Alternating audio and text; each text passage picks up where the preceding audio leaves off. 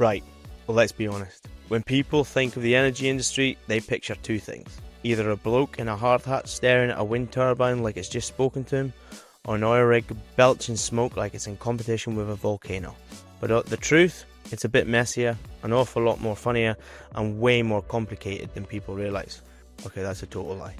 But this is Wind, Waves and Wells with Joe, a podcast where we strip back the PR gloss and talk about the real energy industry. The offshore chaos, the onshore politics, the unbelievable stories, and the stuff no one really wants to admit about how it all works.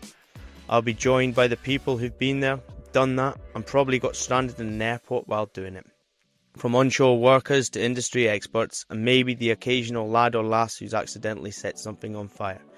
If you work in energy, want to, or just like hearing stories about how things are going very right or very wrong, hit subscribe and let's see how we get on.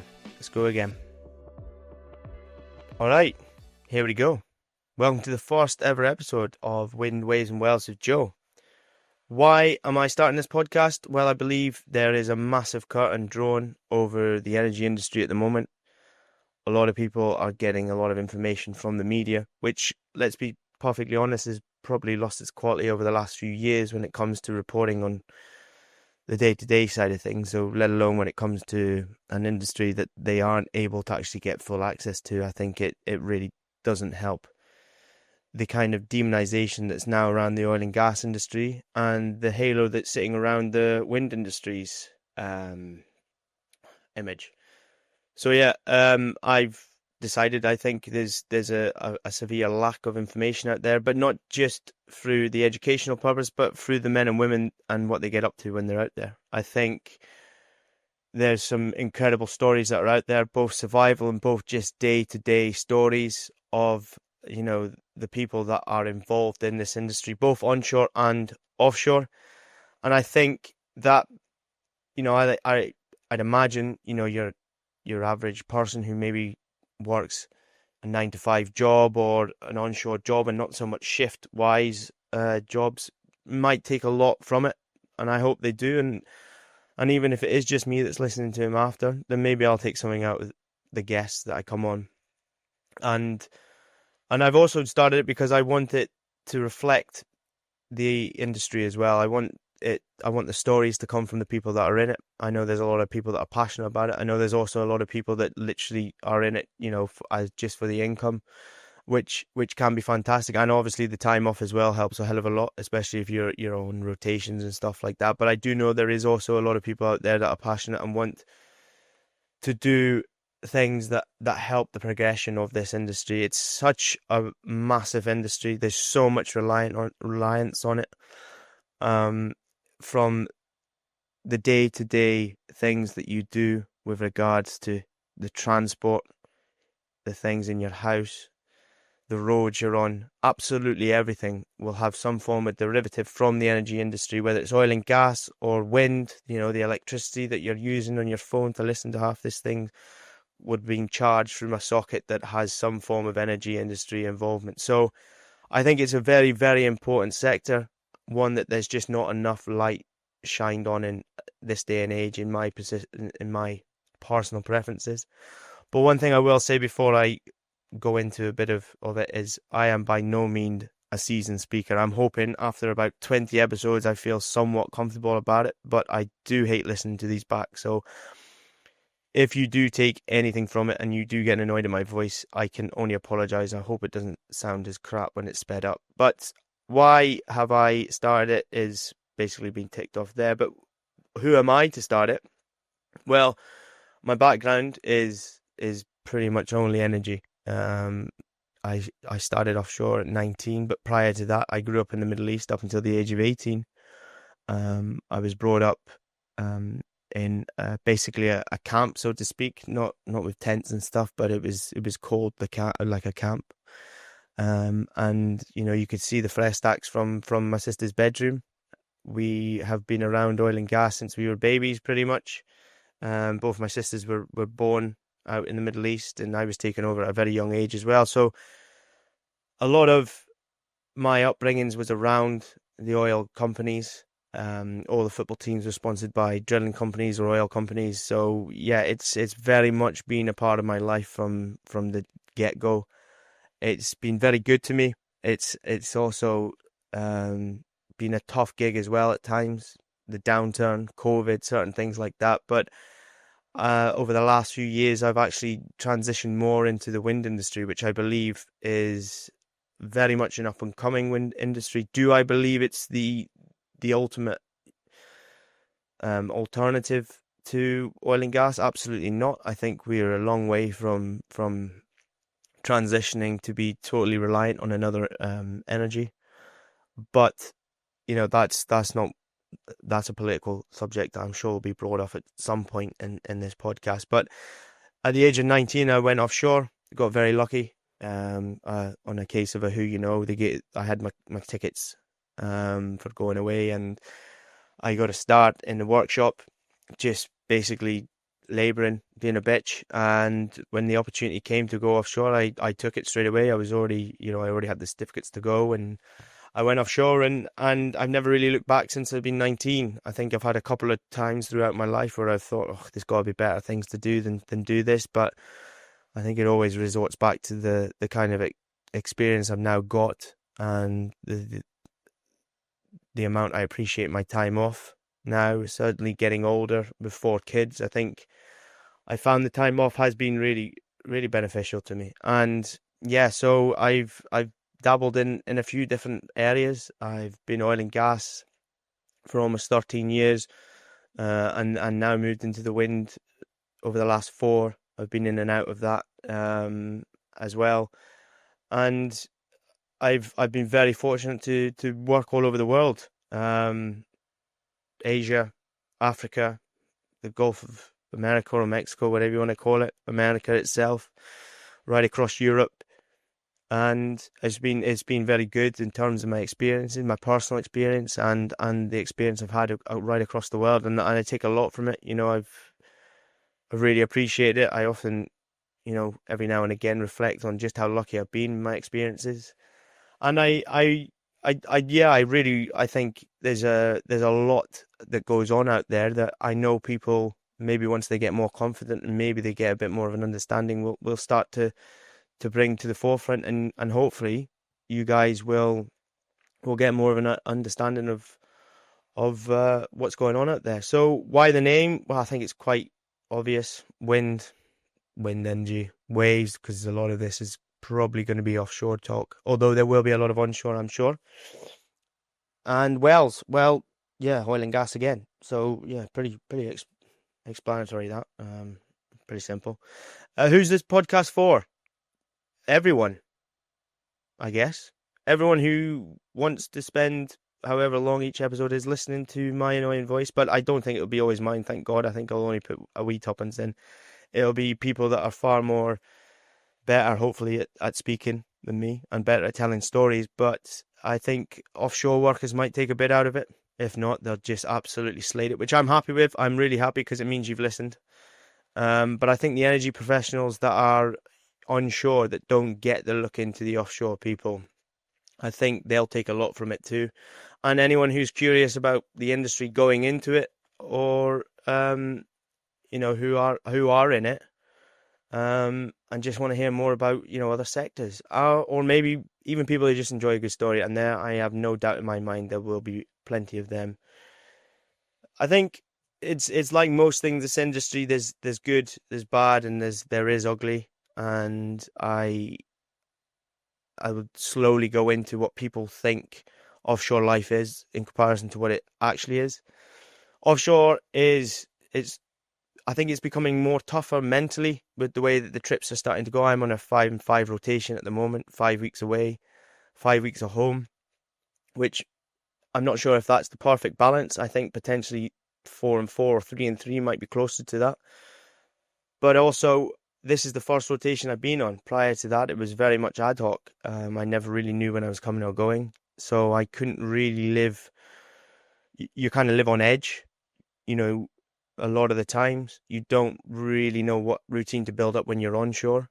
And it can be difficult when you go offshore as well. Sometimes you can be told you're going out for 2 weeks. Next thing you know, you're only out for 10 days, or you end up going out for longer. And I think there is a lot of people in the industry that are on rotations, and I think they're very fortunate because you can plan a life around. However, when you're ad hocing, which quite a lot of people do in this, and they go amiss. I think service companies, especially, just how unpredictable their life can be when they're ad hocing. You know, as a service hand, you can go offshore and you can be told you're going for a week. You come back 3 weeks later. You have a few days off, and you could be going away again for 2-3 weeks. It's quite ruthless in that behalf. So in that way. So I think the rotational thing is a bit of a myth. I think, don't get me wrong, there's loads of people who got them, and I think they'll be over the moon with it. I think sometimes you don't realize how good you've got it, especially if you're on, some of the good ones. It's 2 and 3, 2 and 4, or even 2 and 2, 3 and 3s. I think can be really good. I think the fact that when you're coming and going, I think it must be help. I'm probably saying I think here an awful lot. So once again, this is really raw, but I will go into what I think there is some really good parts. The camaraderie, for one. I've met some incredibly good people offshore, people that, I call my mates as well as my colleagues. The experience of being able to travel all over the world, if you're in a company that takes you to different places. I've been, right across the UK offshore. I've done, England, Scotland, Ireland, even off the coast of Wales, but it was more England based. I've been right across Europe. I've done Africa. I've done Trinidad and Tobago. I've been really, really lucky on that front, and I think there's a thrill that comes with it, working in that kind of extreme environment too. Though I think it's subconscious. I don't believe it's always it's spoken about, but I've on a couple of reflections, I've come to realize that it is a bit of a thrill, and sometimes, I've been on jobs recently where we're upending monopiles that are, 1,500 ton, and you're stood near it and you're thinking to yourself, this is unbelievable, just stuff that does not happen at home and you would not do in a 9 to 5 in an office. And yeah, I think there's a lot of myths and reality though that also come with it. Money is always a big one. People talk a lot about, the offshore money, and I think that's dwindled off quite a lot. I know I'll have guests that will say the same thing. I think the money isn't quite what it once was in terms of the cost of living and that. Saw some great posts the other day on LinkedIn about it as well, stating that, the money is almost stuck in the era where it was boom. But the cost of living was totally different then too. So just things like that. And I know that they'll be brought up in this, and the reality is that mentally it can take a huge toll on people. And I think the long trips away, I've done 11, 12 weeks before, and it's nothing in comparison to kind of military side of things. So I'm not going to try and, compare it in any way to that, but it can be a long time, find well what you're signing up to as well, though, in certain terms. But yeah, I often sit back and think, how much of that time I'm never going to get back. I've just come back from a 5 week trip. That's 5 weeks of life back on shore, which carries on, which is something that can always be difficult to come back and adjust to. My kids, when I leave, they're in one routine, and then when they come back, they're totally different. They've grown up in small margins, and they do things a little bit different, and you're trying to play catch up every time you come back. And there's a lot that comes with it on them. I don't know the impacts of it on them personally. I hope that, the old saying of kids are resilient is true, and it hasn't had a toll on them. But yeah, I think, the reality is it is a great life to a certain extent, but it can also be quite difficult to deal with as well for certain people. They spend long time away from their families. Some of the seafarers I've worked with can spend nearly a year away, come back for a couple of months and then go away again. And yes, okay, that's not so much in the energy industry, but it's offshore, so it's all relevant. And And yeah, and then that's the crux of it all. But I'm sure there'll be plenty of guests that will come on and elaborate and go into discussion more about what is the offshore industry and what the myths are and the reality is of it all. But mainly I'll be bringing guests on. I'll be bringing guests on that speak far better than me, that are probably far funnier than me too. Whether it's an engineer, it's offshore veterans, it's people in HSE, from both sectors. HSE might be boring for some, but I have met some all right HSE guys that are very good at telling a story. So, yeah, I think there's also, unfortunately, in this industry, there is survival stories in here.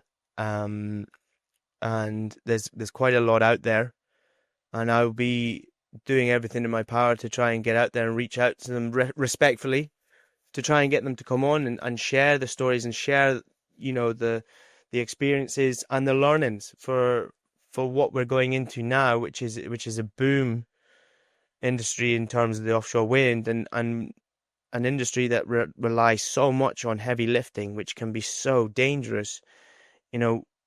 Hopefully the mistakes aren't repeated in terms of getting things wrong. And are we getting closer to an incident like that? I wouldn't like to say, but from what I've experienced, there is the chance that there could be another painful painful disaster.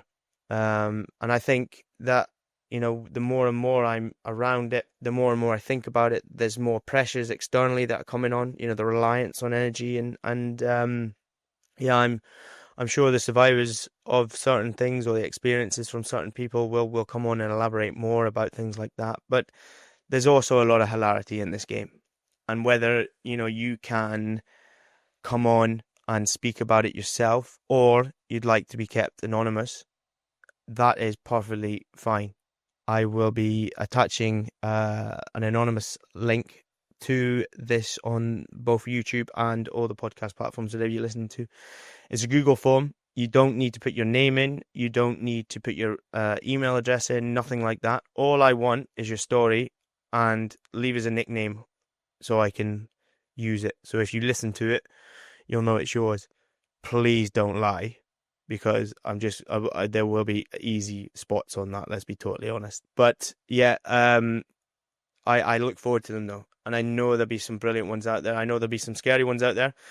But if you are happy to come on, get on. I want people on. I want this podcast to be an easy one for someone to say, yeah, I wouldn't mind going on there and speaking a bit about what I've done and what I've seen in that. I want that to be the case. That's what I'm pushing for. I want it to be, a podcast of people that I work with that have great stories, that have great experiences, come on and speak about them. And people probably don't think they have much to say, but neither do I. But if you don't come on and say it, then how do you know? Because at the end of the day, it might be a cracker. It might really kick off, and the next thing you know, you're starting your own one. Just make sure you have me on. But it'll also be some serious discussion. There will be light-hearted offshore tales, I'm sure, and I just don't want it to all be doom and gloom, because this is a great industry, and it's given me so much, and I'm sure it's given you so much, and we go into, I'm sure there'll be discussions on how oil compares against renewables. I won't call it green energy. I'll call it alternative energy, because I work in it now and it's not green energy. I will certainly put that one out there. And if anyone else would like to shut me down on that, I am more than willing to go up with that story, because I have not seen much greenery going on when it comes to installing wind turbines. Yes, maybe after it's a little bit cleaner, but even then, I again, it'll take a lot to convince me otherwise. The one big thing is that I'm going to do on this is a podcast episode as often as I can. Story time with Joe. It's a bit strange, but yeah, you send them, I'll read them. I will keep everyone anonymous, or I can even put your name in if you're happy.